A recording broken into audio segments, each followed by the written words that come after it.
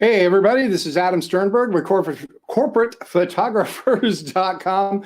Welcome to our semi-weekly live stream. We're moving our hours into the evening by request. So we will be broadcasting at 6 p.m. Pacific time on Tuesdays and Thursdays. And so you can tune in, look forward to our schedule there. Of course, to get more information on updates on that, one of the things you can do is go right to our website at CorporatePhotographers.com. And if you click on that little button right at the top of the homepage, that's going to take you to our YouTube channel. And that's going to get you right there. And then if you click the subscribe button and the notification bell, that is going to get you instant notifications via email as far as when we start broadcasting. So if you just need a little reminder, it's great for that. And then, of course, it will give you notifications as to, all of our whenever anything is moving, you can see it and get notices on, so you can go back and watch these as they have been recorded and archived onto our YouTube channel, which usually appear about 30 minutes afterwards, and you can see them right there. So today's guest, we have somebody really kind of cool. I'm going to kind of move through that. And before I get into our first guest for the evening, or our only guest for the evening, I want to mention our sponsor, which is StreamYard. They are the company that we are using our streaming service through. So if you are interested in starting up your own live chat, your own broadcast channel to do all kinds of cool stuff for your business, for yourself, just kind of get the word out. It allows you to do interviews and all sorts of things online. It is a great piece of software, and it is all web-based. So there's nothing to download, nothing to install. It's super, super easy. And if you're looking to doing any kind of live streaming, this is what we recommend is StreamYard. You can get information on that by going to a section on our website, which is streaming.corporatephotographers.com. And so you can get more information on them there. And so that is how you find us there.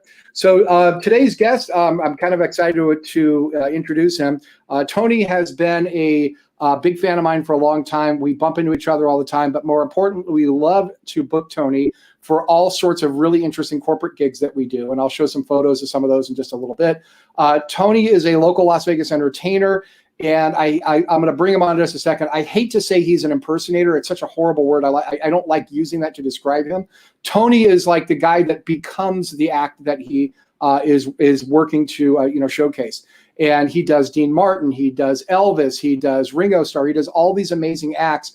But more importantly, he's not just some guy that gets up on a stage and lip syncs. He's the actual real deal. He sounds like him, he looks like him. And he sings, he plays drums. He's just an amazing all-around guy. So please, if you can, give a big warm welcome to our good friend, Tony. There he is right there in his cool little lounge house. That's right. And I look just like Dean Martin here with my beard. Look at that. Yeah, the beard's a little much, I think. Yeah.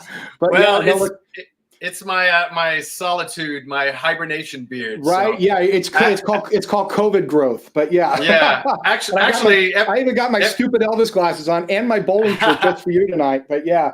So Adam, every time I look in the mirror, and I get this from a lot of my friends, when I look in the mirror now, I see Chuck Norris, and so all my friends are saying Chuck Norris.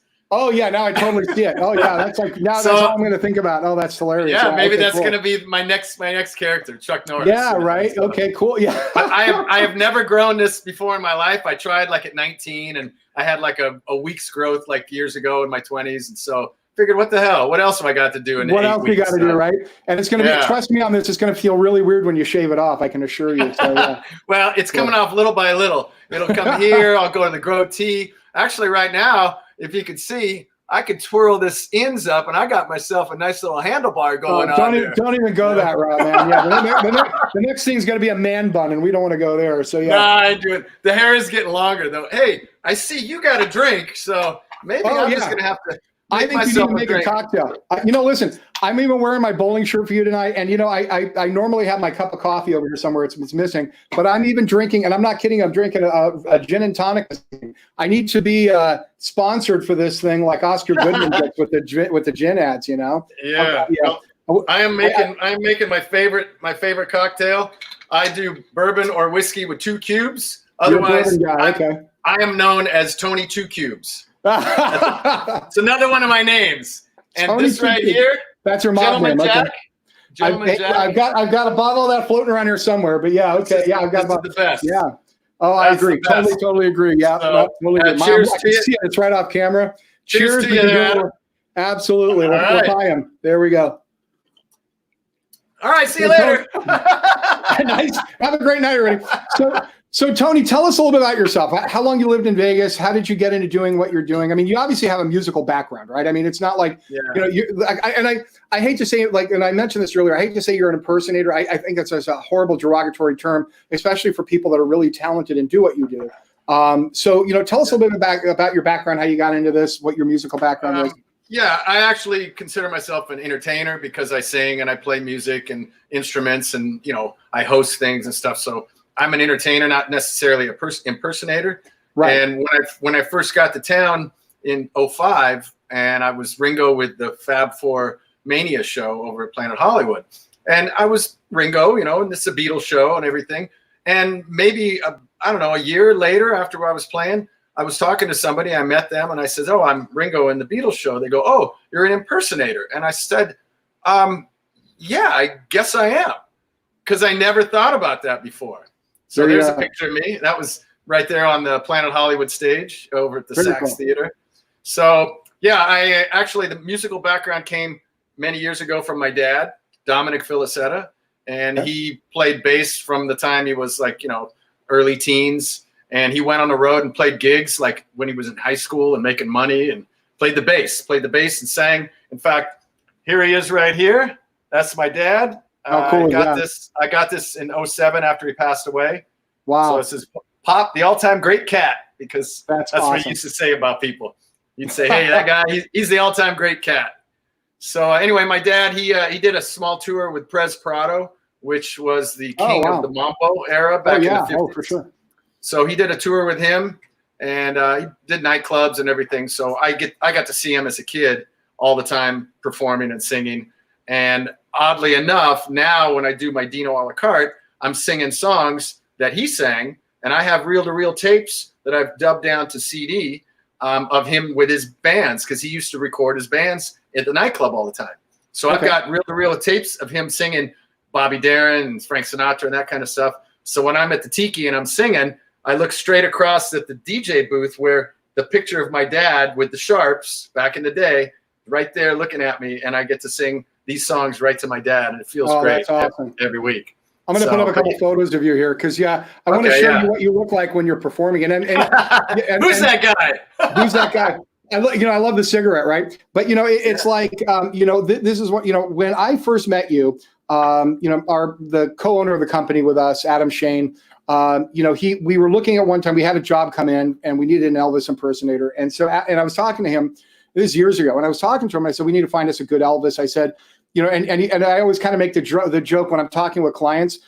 When people say, "Hey, can you get us an Elvis impersonator?" My joke is always kind of like, "Well, do you want like the fat, died on the toilet Elvis, or do you want like skinny young Elvis?" And and then they have to think about it a minute, and they're like, "I think we want the skinny young Elvis." I'm like, "Okay, great." So I'm talking because I think those are more entertaining anyway. So I'm talking with Adam Shane.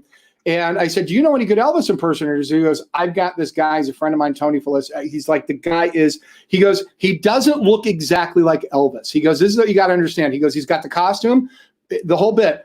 He doesn't look exactly like Elvis, but he does Dean Martin. He does a lot of the crooners. He's kind of got that whole 50s, 60s vibe going on." But he goes, "Here's the deal. When he puts on that costume and he goes on stage and he sings and everything, he's like, the guy becomes Elvis." He goes, "It's like nothing you've ever seen." And I'm like, "Okay, well, let's book him," right? I had no idea who you were.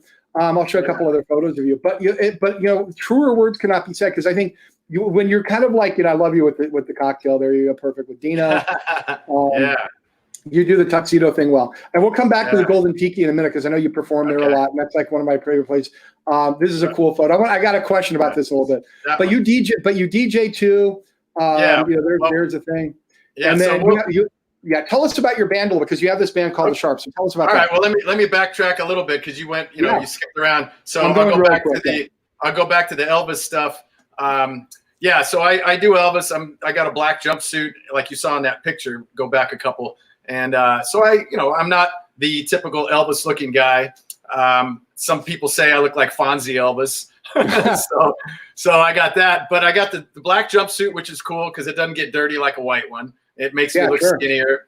But pretty much when I got into it, my cousin was running a wedding chapel called A Special Memory Wedding Chapel. And he says, "Hey, you want to be an Elvis? We need an extra Elvis." I said, "Yeah, sure.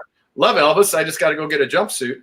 So, and he was saying, you don't have to worry about being a great Elvis. Just have fun with people and, you know, say, oh, thank you very much, dear mama. Thank you. You know, all that kind of stuff. Sing the songs, yuck it up, post for pictures, because it's cheesy. It's a Elvis at a wedding chapel. So you're going to have put a smile on their face. You got to really try hard to not let them have fun.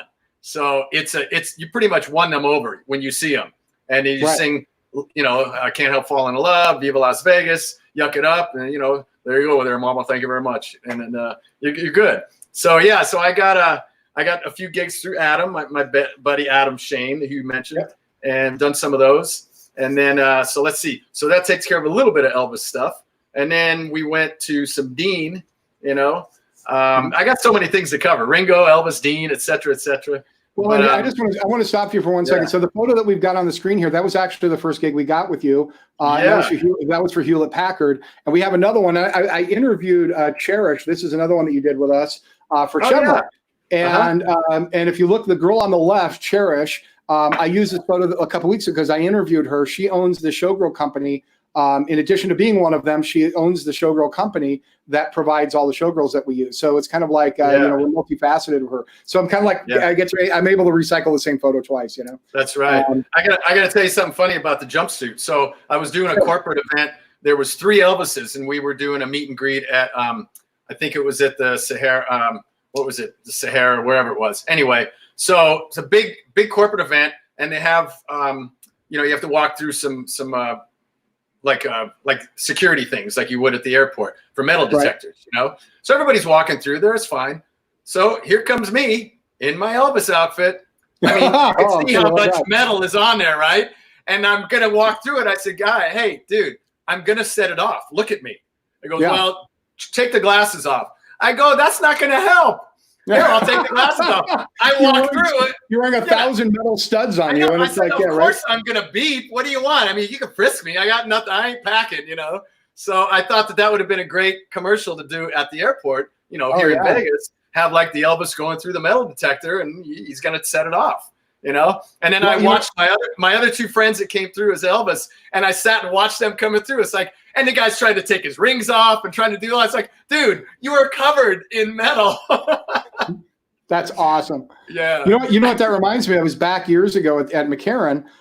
They used to play these videos at all the security checkpoints.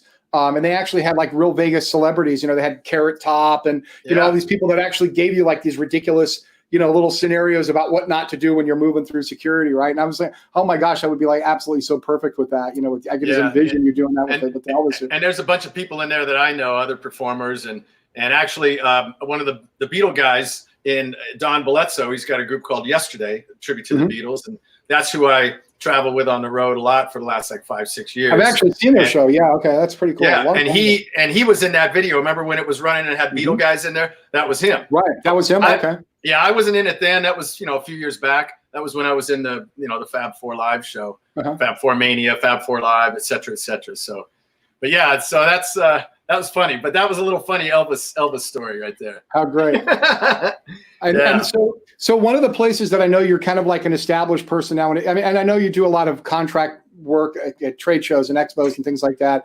I know you do a lot of private events, but I know like where's home for you, and unfortunately we're kind of temporarily shut down at the moment because of the whole, you know, coronavirus thing, right? You play. I haven't heard of that. What is it? Yeah, I know, right? I've been living in my house. I'm in a garage all the last 3 months. I don't know what the hell's going on. I don't know what the world is doing. Yeah, but you know, you perform regularly at like and I'm not joking, the coolest Vegas place there is. I mean, it is. I remember which is called the Golden Tiki. And if you live in Las Vegas and you haven't been there, you are sincerely missing out. The owner of the place, he modeled the entire bar, and it's a really cool big bar. Modeled the entire place off of the Tiki Room in Disneyland. So if you're like a Disney fan, man, it's the place to be.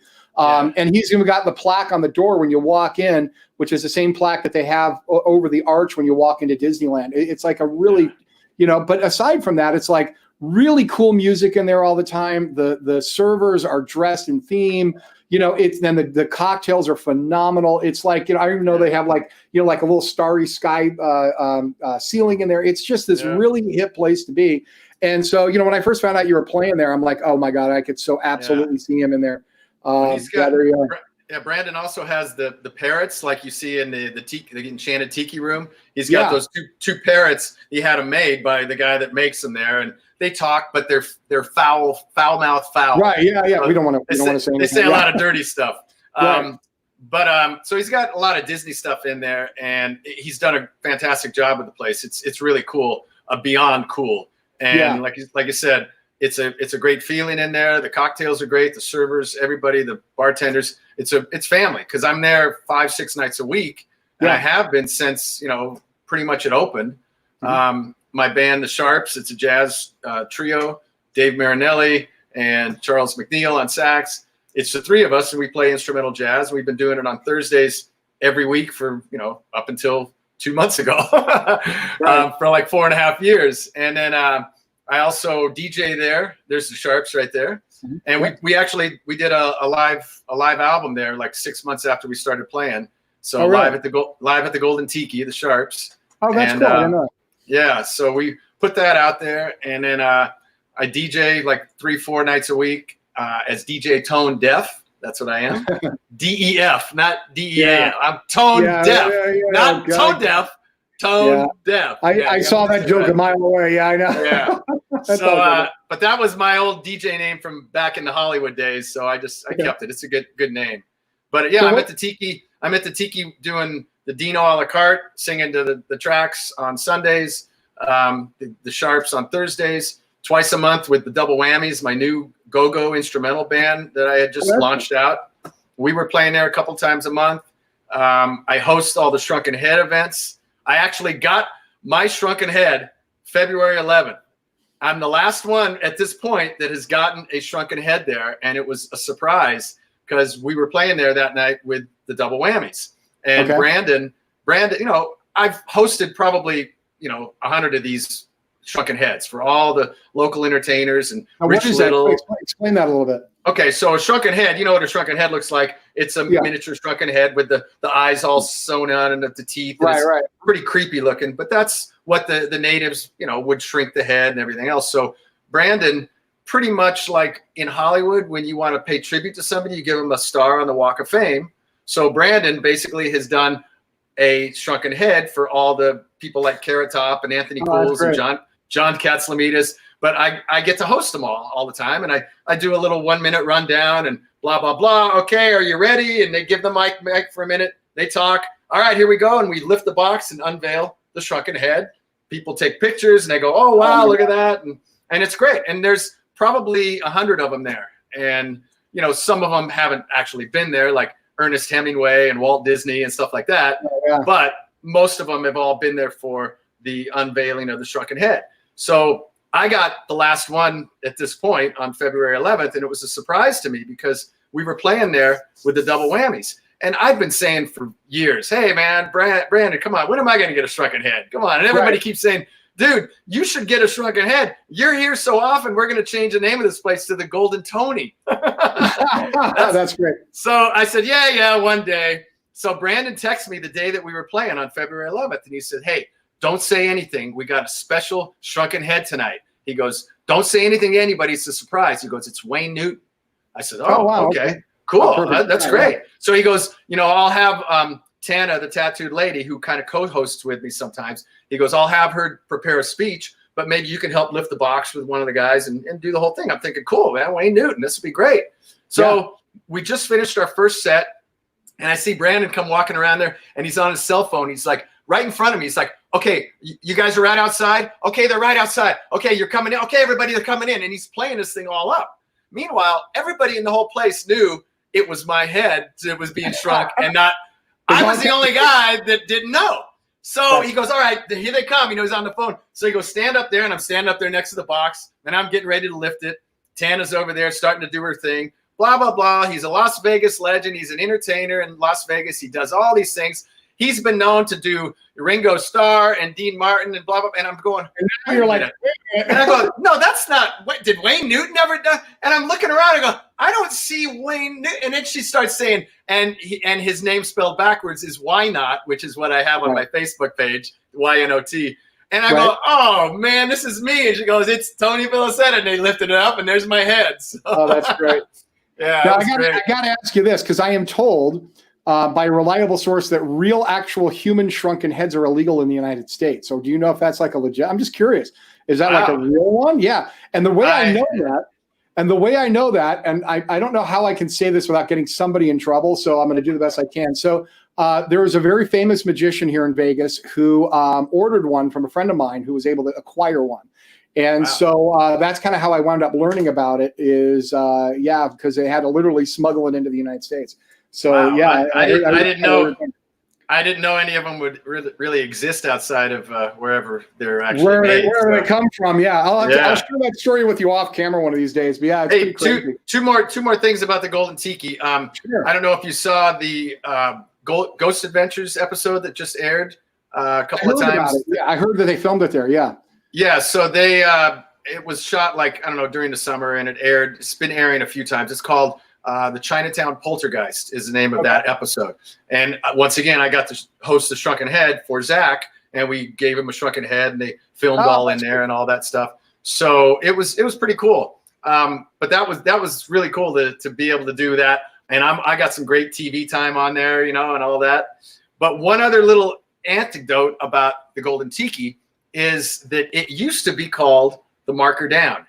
In the 80s and 90s, it was a huge locals casino, a bar, but basically it was a locals bar called the Marker Down. And everybody would come to it because it's right off the strip. They'd get off work on the strip or whatever, and they'd come over and they would drink, shoot pool in the back where that big pirate room is now. And it wasn't Tiki, but it was a bar. And they had food. So Marker Down. It's owned by my cousin, Chuck Wadeen, and his boys. He has 5 boys, and 3 of them worked there, Steve, Gino, and Tom. So they worked there, met their wives that they're still married to all these years later. But sometimes when I'm DJing there, people will come up, older guys or whatever, say, excuse me, do you know if this place used to be called the Marker Down? I go, sure. Funny you should mention Funny you should say that, yeah. So it's like family in there, for me, on top of everything else. How long you been in Vegas? 2005, I moved here. Okay, long enough. Yeah, so like I said, I moved here because of the Fab Four Mania show, and I wanted to come here. I wanted to get the hell out of Southern California. I was done with it, and it's like, please get me out. And I wanted to move to Vegas, and a couple of years before, I was thinking of moving out here and either dealing cards or working at my cousin's bar or doing something because I was done with LA. And sure enough, the right opportunity came up and landed me here and changed my life forever. So. Yeah, Vegas has you written all over it. So yeah, it's like I can totally see. So okay. So let me ask you this. So the Tiki is like I love the place. I'm a huge fan of the place. I bring all my out of town friends there. It's like the greatest place to go. But what are some of the other kind of like oddball things that you performed at? There's got to be some. What's a really crazy story of you having to do some weird gig somewhere here? I got a couple of them. So as Elvis, the one I told you about going through the metal detector was funny, but I also did, because I do Elvis weddings at the chapels and stuff. So I got called to do what I'm told as the only time that an Elvis flew in the helicopter with a wedding couple into the Grand Canyon to do a wedding. Now, people go into the Grand Canyon all the time to do weddings, but they don't bring an Elvis with them. This was like the first, and this was about 5 years ago. I don't know if anybody's done it since, but I got to do it. Hasn't happened before. You would think that'd be like a common thing. So right? I'm in my jumpsuit. I got my little boom box with me, and that one picture that I sent you is, where you see the Grand Canyon of me as Elvis. That's what I was trying to get it to load up, but I didn't have a chance to get it in. Okay, that's fine. But that was really cool. Being in one of the 7 wonders of the world, and on my boom box, one of the songs I sang was "The Wonder of You." So it was just so cool. I'm like singing, without a mic. I just had the boombox, and I'm singing, and I'm looking around. I'm going, "Wow, I am in the Grand Canyon, singing the Wonder of You in an Elvis outfit." Now, if that isn't Vegas, right? Yeah, that's pretty hard to top that. Yeah, no kidding, right? So that was a couple of funny Elvis ones. I did also a few years ago with my friend who's a Lady Gaga impersonator, Tierney Allen. I don't know if you know her. But I know a few other ones, but I do. Yeah, I think I've heard her name. But she's been in the Legend Show when they relaunched the Legend Show at the Tropicana. She She was the one that started it off just a year or so ago. Anyway, when Tony Bennett and Lady Gaga were doing their thing together a few years ago, she called me up and says, "Hey, have you ever done Tony Bennett, or have you thought about it?" It's like, no, I never have. I guess I could give it a shot. The Tony Bennett now is a lot easier than the Tony Bennett of the 60s, because that's a remarkable voice, and that's something else. But the Tony Bennett now, it's like, yeah, give me a gray wig and let me make myself look older. And so he still got it though, Yeah. Oh, totally. I mean, for 90, whatever he is. He really so old? Yeah, he's in his early 90s. Yeah. So me and Tierney did a couple gigs doing Gaga and Tony Bennett. We got our whole thing together. She launched it out on her site and thought, man, we're going to get a bunch of gigs out of this, because it was hot at that moment. Right. We got no calls, man. It was like, geez. And it was so cool to do that. And I really worked up the Tony Bennett thing and all of his little moves and all that stuff, and just the tone of his voice, and it was fun. So that was an interesting gig. I had a couple of interesting Beatle gigs. One time with the Fab Four years ago, we played in the Edward Jones Dome in St. Louis, where the Rams used to play when they were there. I mean, the huge stadium.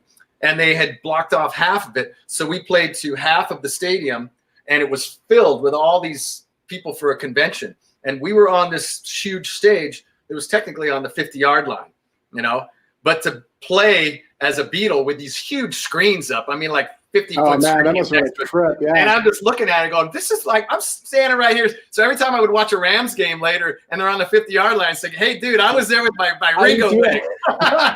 And I'm playing, I'm looking up on the screens. I go, wow, look at that. Wow, what a trip. That was one cool Beatle gig. And another cool Beatle gig we did with Yesterday a couple years ago. It was at a school. It was in California somewhere. And we did a show earlier. We did one. Let's see. We did it at night, but we did a pre-show before and it was at a school, like a grade school. So the people that bought tickets were for the night show, but we did a special afternoon show for the kids, just to give them a little half-hour show and a little Q&A afterwards or whatever. So the place was filled with 9, 10, 13-year-old kids, girls, boys, whatever. And so it's like, hey, this is cool. But they had kind of told them, hey, this is the Beatles. Little girls screamed when they saw them in the 60s. And it was all this. So just be hysterical and do all that. And we've all seen clips of the Beatles and heard that screaming. That's the sound of young, girls screaming. Adults don't sound that way. But right. When we were playing and we're like, I'm hearing a whole, hundreds of these little kids screaming. It was like, wow, I just stepped back. It's like, wow, I've done thousands of Beatles shows. Never have I heard that before. That actual little kids screaming like Beatlemania was. And they were screaming because, hey, kids like to scream. And if you give them an excuse to scream, they're going to scream their heads off. Yeah, they will anyways. Right. Yeah, sure. Oh, man. And it sounded so cool. And I told the guys, I go, do you realize what we just heard? I felt like a Beatle for, a few minutes, really. Yeah, right. And that was really cool. That is pretty cool. Yeah, and Dean gigs. I mean, I've done a bunch, and I wish I could do more. And I get to fill in with the Rat Pack show. The Rat Pack is back over at the Tuscany. That's a phenomenal show. Yeah, it's really cool, and those guys are great. I love them. Unfortunately, I just got to wait my spot until this guy can't make it. Drew, he's the #1 guy. Johnny, if he's got a gig, Tony, hey, we'll call Tony. So, I'm the #3 Dean in that show, so I just got to wait. Yeah, but I'm waiting, but I love the show and I love being in there. And if I could choose, if I could throw everything away, Dean, the Elvis, the Ringo, the DJ, all that stuff, I could throw all that stuff away. I would love to just be Dean full time if I could. I believe that. Yeah. I see, and I know, knowing you and seeing you, I totally get that. I mean, it's just so encompasses your personality. And I totally get that. And, what I'll drink to that. Yeah. Well, he was like the king of cool, I mean, he was, the guy was awesome. And whenever I mention, hey, I do Ringo or Dean or whatever, when I do Dean Martin, always the girls are like, oh, my mom loved his show, or I love him, or he's such a cool guy. Guys loved him. Women loved him. He was the coolest of the coolest guys. So, I mean, and when you're up there singing, they're gonna like you. They're gonna like you, and you sing, you give them a little, little Deanisms, and you won them over. Well, and what's interesting is, I have seen, it's kind of unfortunate because it's kind of a weird thing. I grew up in Vegas, and, my father, you may not know this, my father was a blackjack dealer at Caesars for over 30 years. Oh, and wow. so, Sinatra played there all the time.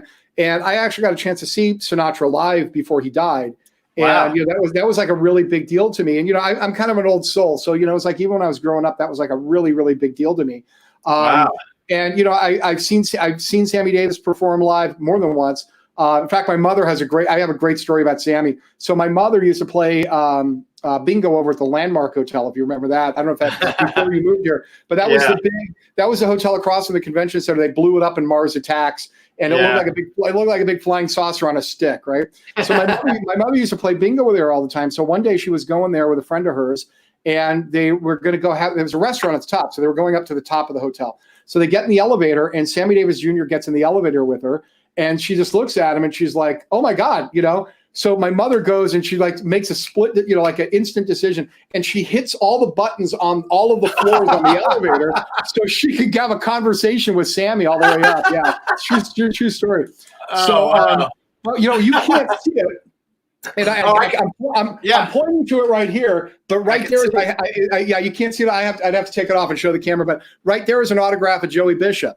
So it's kind of like, it's like I got that autograph before he passed away, and he was kind of cool with that too. That's great. Yeah.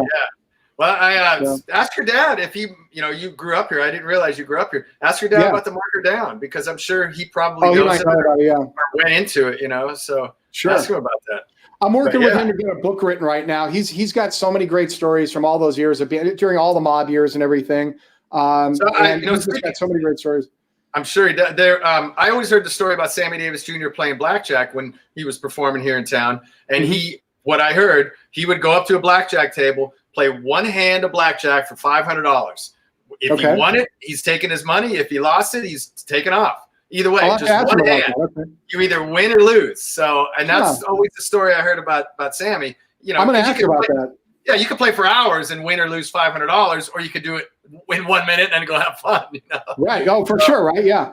Interesting. Yeah. He was a neat guy. I didn't obviously know him very well, but I've talked to a lot of people that have, and you will never hear anybody say anything bad about the guy. It's an interesting story, but interesting guy, with a great history. Pretty much any of those guys. I mean, Frank was Frank, so you heard both sides, where he was the enforcer and the boss, but he was also a nice guy. But Dean or Sammy, I mean, plenty of people, it's like you never hear a bad word about those guys. Never.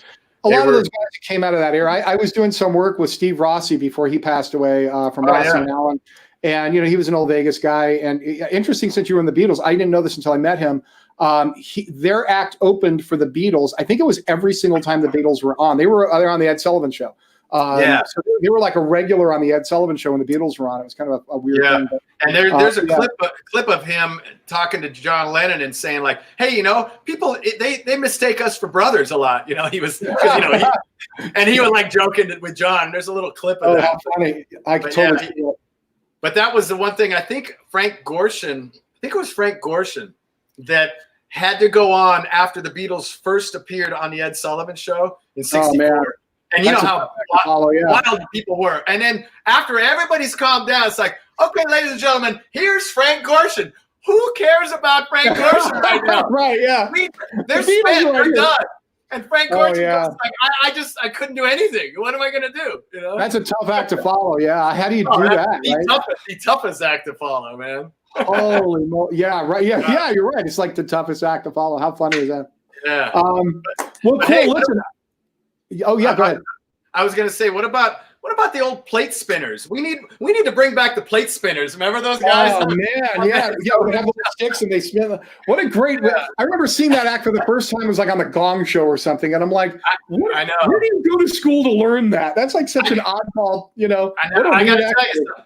I did a meet and greet as the Beatles a year or so ago, and we were doing it, and there was a bunch of cirque performers there too. So they were it was a huge group of people. Where there was the Beatles, and they were taking them all to the Love Show. That's why we were there as the theme. for this Beatles, but they also had a bunch of cirque performers in this whole line of them leaving from their convention to go to the buses. And we were all there, and there were cirque performers doing this and that. And this one guy was a juggler, and he came up to me, and he was, you know, middle-aged guy or whatever. He says, dude, he goes, you guys are the Beatles? He goes, do you ever need a plate spinner? He goes, because I'm a plate spinner. I go, wait a minute, really? He goes, yeah, I'm like probably the only one of two in the whole country. I go, really? You're an actual plate spinner, you know, because he's a juggler. What else are you gonna do?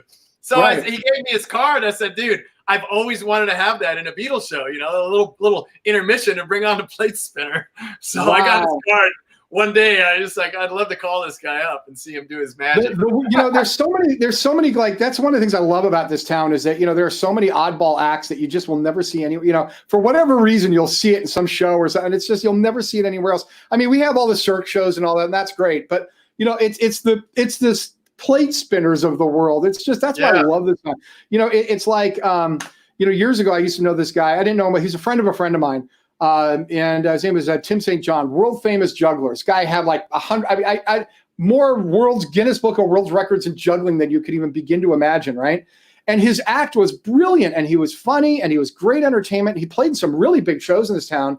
I can't remember all of it, which one specifically, but I know he played in a lot of really, you know, like he was a center act and maybe like Jubilee or something. But he was a great entertainer. And then he was like, yeah, I'm done. And he like packed his bags, moved to Texas, and he's like a general manager of a Home Depot now. You know, it's like just some weird things like that, you know? And I bet he's juggling stuff inside a Home Depot. Yeah, you know, chainsaws and, you know, right? Yeah. A can of paint, a brush, and everything. He's probably doing all that. Rock on, man. You know? Aisle 16. Yeah, there you go. Yeah, like, yeah. Yeah, because, you know, you're never going to give that up. So who knows?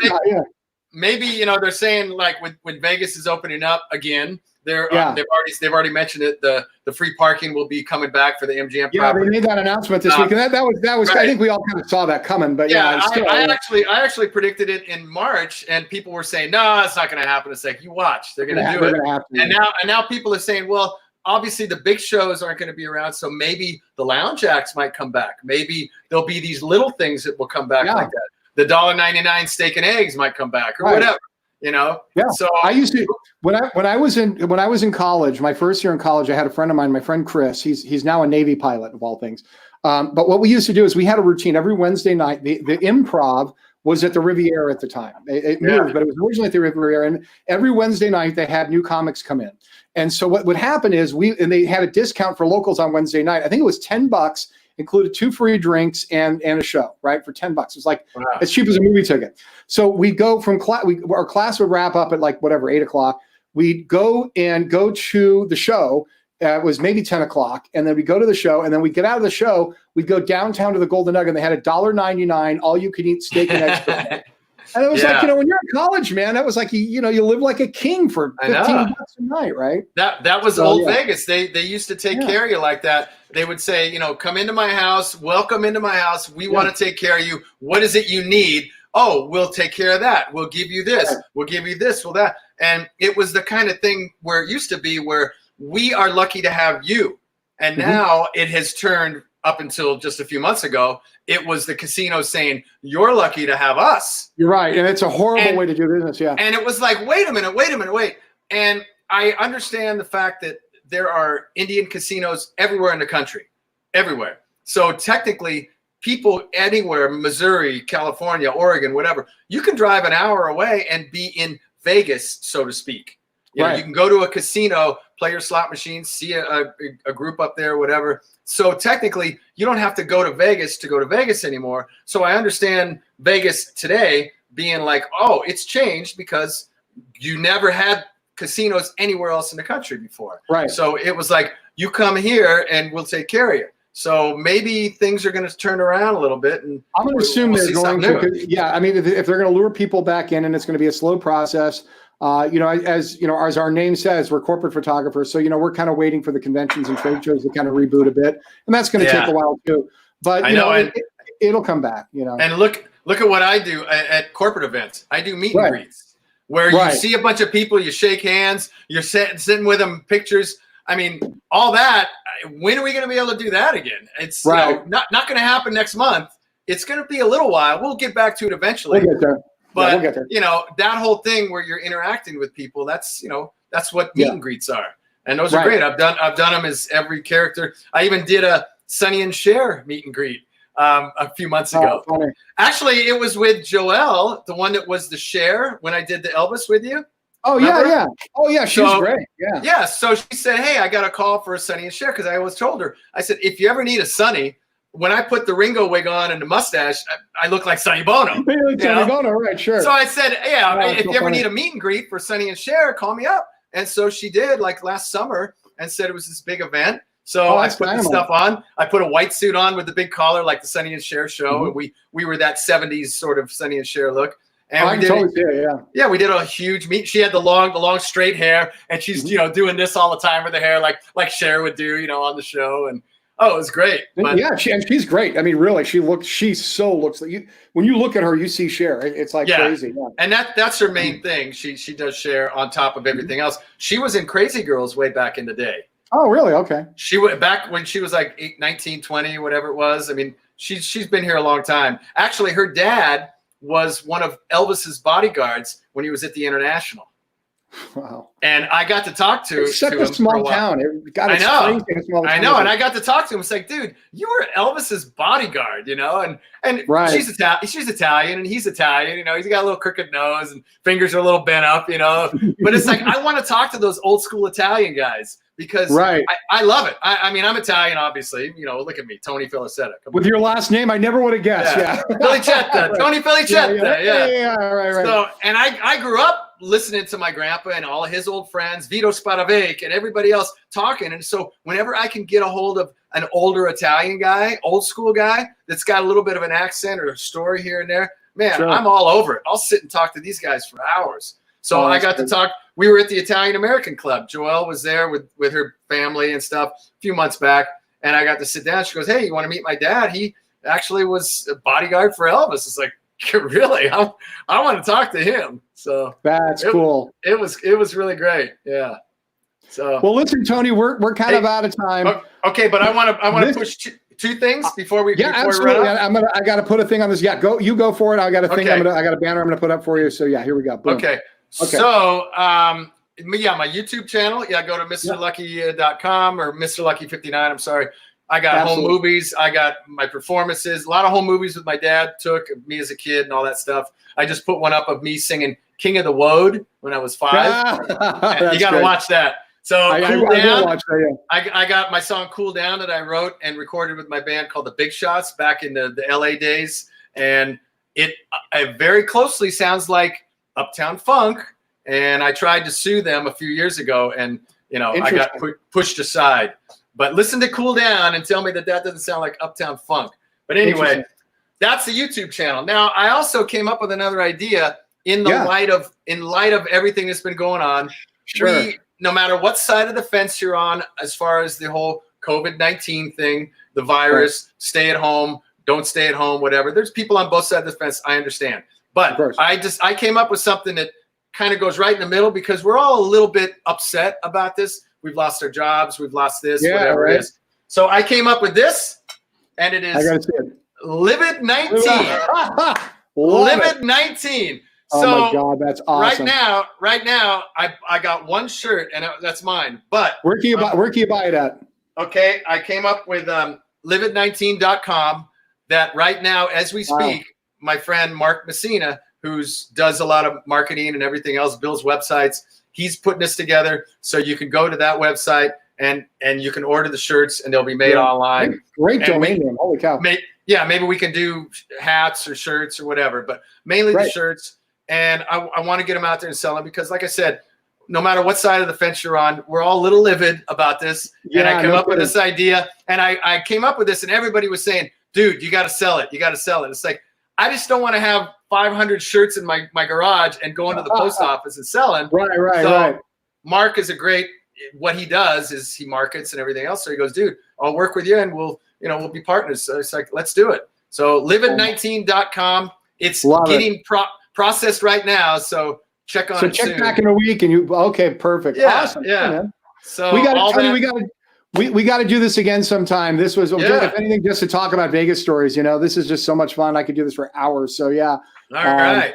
Well, hey, Adam, all of us don't have much to do, so let's just do this again in an hour. Yeah, right. I love it. What the hell we got to do? Nothing. I got nowhere to go. Tony, you are the best. Thank you so much. This has been an absolute, I love these kind of conversations, and it's been an absolute pleasure having you on here. Thank you so much again. We'll have to do this again sometime. And for everybody watching, catch us again in the evenings on Tuesdays and Thursdays, and we'll see you on the next one. Awesome. Thanks again, Tony. Yeah. Thank you very much, Adam. See you guys.